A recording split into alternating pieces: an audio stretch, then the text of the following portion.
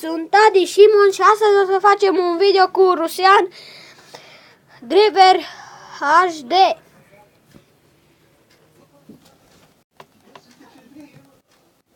Este al doilea video. Primul video meu a fost un pic de căcat. Nu m-am bucurat de el, deci... Dar mie îmi place jocul. Este tare și fain.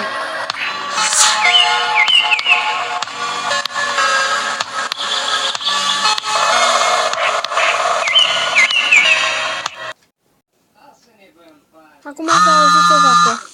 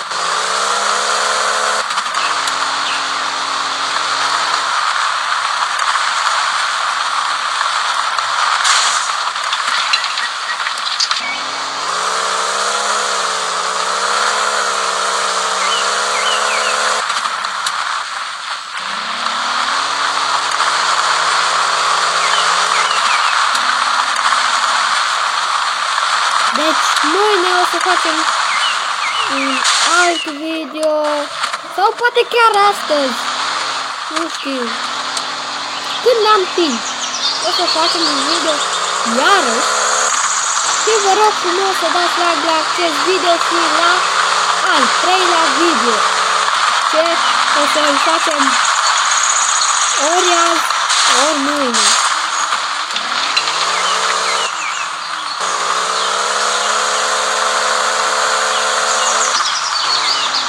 Dacă vă place, dați like și ziceți într-un comentarii dacă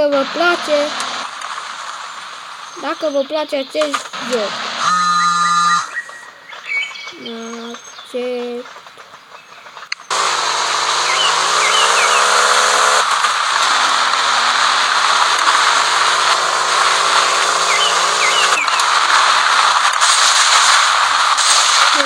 Wow.